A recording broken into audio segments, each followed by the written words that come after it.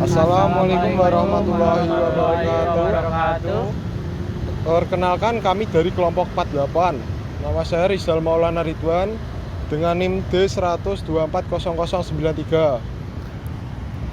Saya Erlan Kusuma Saputra dengan NIM D1240147. Saya dengan Aditya Asta Prima Putra dengan NIM D1240228. Saya Bintang Mukti D1240184. Di sini kita akan membuat video tentang survei geometrik.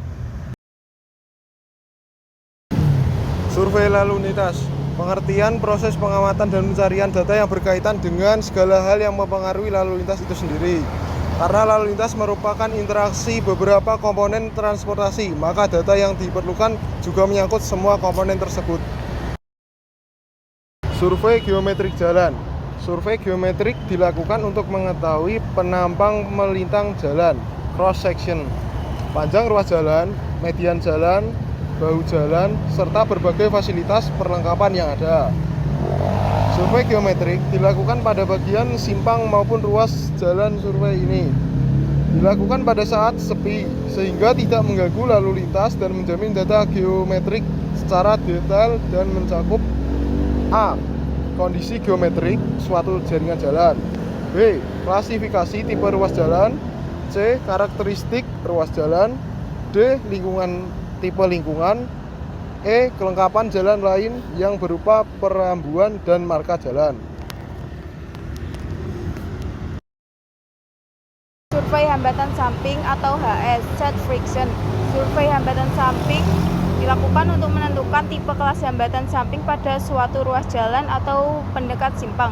Kegiatan di samping segmen jalan yang mempengaruhi kinerja lalu lintas, yaitu pejalan kaki, penghenti kendaraan umum, atau kendaraan lainnya, kendaraan keluar masuk lahan di samping jalan, dan keberadaan kendaraan fisik lambat PKJI tahun 2023. Aktivitas secara detail yang termasuk hambatan samping melalui A. Pejalan kaki yang berjalan di samping sisi jalan atau menyeberang jalan. B. Kendaraan umum maupun kendaraan lain yang parkir atau berhenti pada badan jalan. C. Kendaraan tidak bermotor, kendaraan lambat, gerobak, andong, kereta atau becak. D. Kendaraan bermotor yang masuk dan yang keluar dari lahan samping jalan dan jalan samping. Survei hambatan samping dalam tugas rekayasa lalu lintas ini adalah pengamatan di sepanjang 200 meter dari segmen jalan pada kedua sisi jalan terhadap aktivitas-aktivitas yang termasuk ke dalam hambatan samping selama 2 jam. Penentuan 200 meter yang menjadi lokasi survei akan diberi tanda, misal per segmen 25 meter untuk satu orang. Survei volume lalu lintas TC traffic counting. Volume lalu lintas menyatakan jumlah kendaraan yang melalui suatu potongan jalan atau titik selama periode waktu tertentu. Tujuan survei volume lalu lintas: A. Mendapatkan data jumlah tiap kendaraan yang melewati suatu jaringan jalan perkotaan, baik di ruas maupun persimpangan. B. Mengetahui pola gerak arus lalu lintas di ruas jalan dan persimpangan.